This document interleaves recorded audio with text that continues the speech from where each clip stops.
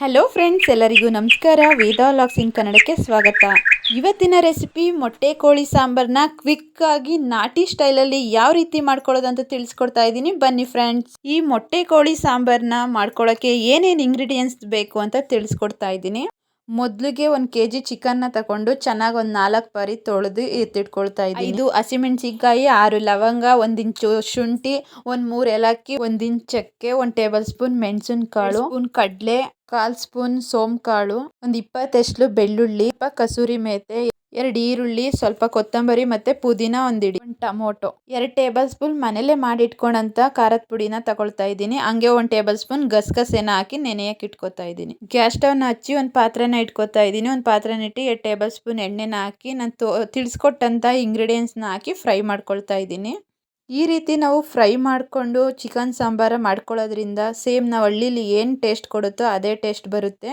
ಆದ್ದರಿಂದ ಎಲ್ಲ ಐಟಮ್ಸ್ನ ಹಾಕಿ ನಾವು ಚೆನ್ನಾಗಿ ಫ್ರೈ ಮಾಡ್ಕೊಳ್ತಾ ಇದ್ದೀನಿ. ಒಂದು 10 ನಿಮಿಷ ಲೋ ಫ್ಲೇಮಲ್ಲಿ ಇಟ್ಟು ಚೆನ್ನಾಗಿ ಫ್ರೈ ಮಾಡ್ಕೊಳ್ಬೇಕು. ನಾವು ಹಾಕೊಂಡಂಥ ಎಲ್ಲ ಇಂಗ್ರೀಡಿಯೆಂಟ್ಸು ಚೆನ್ನಾಗಿ ಫ್ರೈ ಆದಮೇಲೆ ಲಾಸ್ಟಲ್ಲಿ ಕೊತ್ತಂಬರಿ ಮತ್ತು ಪುದೀನ ಹಾಕಿ ಹಂಗೆ ಬಾಡಿಸ್ಕೋಬೇಕು. ಮತ್ತು ಅದಕ್ಕೆ 1 ಕಪ್ಪು ತೆಂಗಿನಕಾಯಿ ತುರಿನ ಹಾಕ್ಕೊಳ್ತಾ ಇದ್ದೀನಿ. ಹಾಗೆ ನಾವು ಎತ್ತಿಟ್ಕೊಂಡಂಥ ಖಾರದ ಪುಡಿನ ಕೂಡ ಹಾಕಿ ಚೆನ್ನಾಗಿ ಮಿಕ್ಸ್ ಮಾಡಿಕೊಂಡು 10 ನಿಮಿಷ ತಣ್ಣಗಾಗೋಕ್ಕೆ ಬಿಡ್ತಾ ಇದ್ದೀನಿ. ತಣ್ಣಗಾದ ನಂತರ ಒಂದು ಮಿಕ್ಸಿ ಜಾರ್ಗೆ ನಾವೇನು ಫ್ರೈ ಮಾಡಿ ಇಟ್ಕೊಂಡಿದ್ನೋ ಅದನ್ನೆಲ್ಲ ಹಾಕ್ಕೊಂಡು 1/4 ಟೇಬಲ್ ಸ್ಪೂನ್ ಅರಿಶಿನ ಪುಡಿ ಹಾಕಿ ರುಬ್ಬಿ ಎತ್ತಿಟ್ಕೊಳ್ತಾ ಇದ್ದೀನಿ. ನಂತರ ಗ್ಯಾಸ್ ಸ್ಟವ್ ಮೇಲೆ ಒಂದು ಕುಕ್ಕರ್ನ ಇಟ್ಕೊಳ್ತಾ ಇದ್ದೀನಿ. ಇಟ್ಕೊಂಡ ನಂತರ 2 ಟೇಬಲ್ ಸ್ಪೂನ್ ಎಣ್ಣೆನ ಹಾಕಿ ಬಿಸಿಯಾದ ನಂತರ ಅದಕ್ಕೆ 2 ಈರುಳ್ಳಿ ಕಟ್ ಮಾಡಿ ಹಾಕ್ಕೊಳ್ತಾ ಇದ್ದೀನಿ. ಈರುಳ್ಳಿ ಹಾಕೊಂಡ ನಂತರ ಚೆನ್ನಾಗಿ ಫ್ರೈ ಮಾಡ್ಕೋಬೇಕು. ಈರುಳ್ಳಿ ಕಂದು ಬಣ್ಣ ಬರೋವರೆಗೂ ಫ್ರೈ ಮಾಡ್ಕೊಳ್ಬೇಕು. ನಂತರ ನಾವು ಚೆನ್ನಾಗಿ ತೊಳೆದು ಎತ್ತಿಟ್ಕೊಂಡಂಥ ಚಿಕನ್ನ ಇವಾಗ ಹಾಕ್ಕೊಳ್ತಾ ಇದ್ದೀನಿ. ಹಾಕಿ ಸ್ವಲ್ಪ ಫ್ರೈ ಮಾಡ್ತಾ ಇದ್ದೀನಿ. ಚಿಕನಲ್ಲಿ ಏನು ಹಸಿ ಸ್ಮೆಲ್ ಇರುತ್ತೋ ಅದೆಲ್ಲ ಹೋಗೋವರೆಗೂ ಚೆನ್ನಾಗಿ ಫ್ರೈ ಮಾಡ್ಕೊಳ್ಬೇಕು. ಸ್ವಲ್ಪ ಫ್ರೈ ಆದ ನಂತರ ಅದಕ್ಕೆ 1/4 ಟೇಬಲ್ ಸ್ಪೂನ್ ಅರಿಶಿಣದ ಪುಡಿ, ಸ್ವಲ್ಪ ಉಪ್ಪನ್ನ ಹಾಕಿ ಚೆನ್ನಾಗಿ ಬಾಡಿಸ್ಕೊಳ್ಬೇಕು.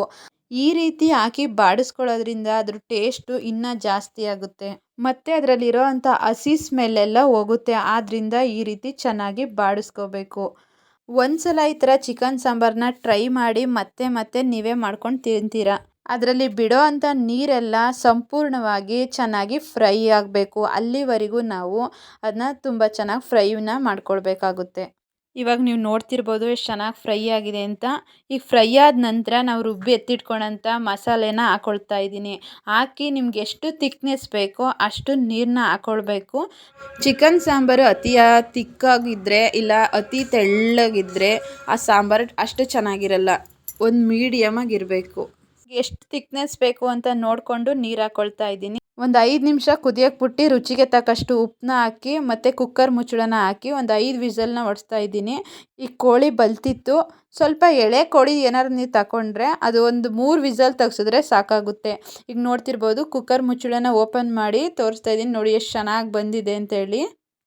ಈ ಟೈಮಲ್ಲಿ ನೋಡ್ಕೊಳ್ಳಿ, ನಿಮ್ಗೆ ಏನಾದ್ರು ಸಾಂಬಾರು ಸ್ವಲ್ಪ ತಿಕ್ಕಾಗಿದೆ ಅಂತ ಅಂದ್ಕೊಂಡ್ರೆ ಸ್ವಲ್ಪ ನೀರನ್ನ ಹಾಕಿ ಕುದಿಸ್ಕೋಬೇಕು. ನೋಡೋಕ್ಕೆ ಎಷ್ಟು ಚೆನ್ನಾಗಿ ಕಾಣಿಸ್ತಿತ್ತೋ ಅಷ್ಟೇ ರುಚಿಯಾಗೂ ಕೂಡ ಬಂದಿತ್ತು. ಲಾಸ್ಟಲ್ಲಿ 2 ನಿಮಿಷ ಕುದಿಯೋಕೆ ಬಿಟ್ಟು ಅದಕ್ಕೆ ಸ್ವಲ್ಪ ಕೊತ್ತಂಬರಿ ಸೊಪ್ಪನ್ನ ಮೇಲೆ ಹಾಕ್ಕೊಂಡ್ರೆ ರುಚಿಯಾದ ಮೊಟ್ಟೆ ಕೋಳಿ ಸಾಂಬಾರು ರೆಡಿ ಆಗುತ್ತೆ. ಕಮೆಂಟ್ ಮೂಲಕ ಹೇಗೆ ಬಂತು ಅಂತ ತಿಳಿಸಿ. ಪ್ಲೀಸ್ ಯಾರೆಲ್ಲ ಫಸ್ಟ್ ಟೈಮ್ ನನ್ನ ವಿಡಿಯೋನ ನೋಡ್ತಾ ಇದ್ದೀರಾ ಪ್ಲೀಸ್ ಸಬ್ಸ್ಕ್ರೈಬ್ ಆಗಿ, ಲೈಕ್ ಮಾಡಿ, ಶೇರ್ ಮಾಡಿ, ಪಕ್ಕದಲ್ಲಿ ಕಾಣೋ ಬೆಲ್ ಐಕನ್ನ ಕ್ಲಿಕ್ ಮಾಡಿ. Thank you for watching.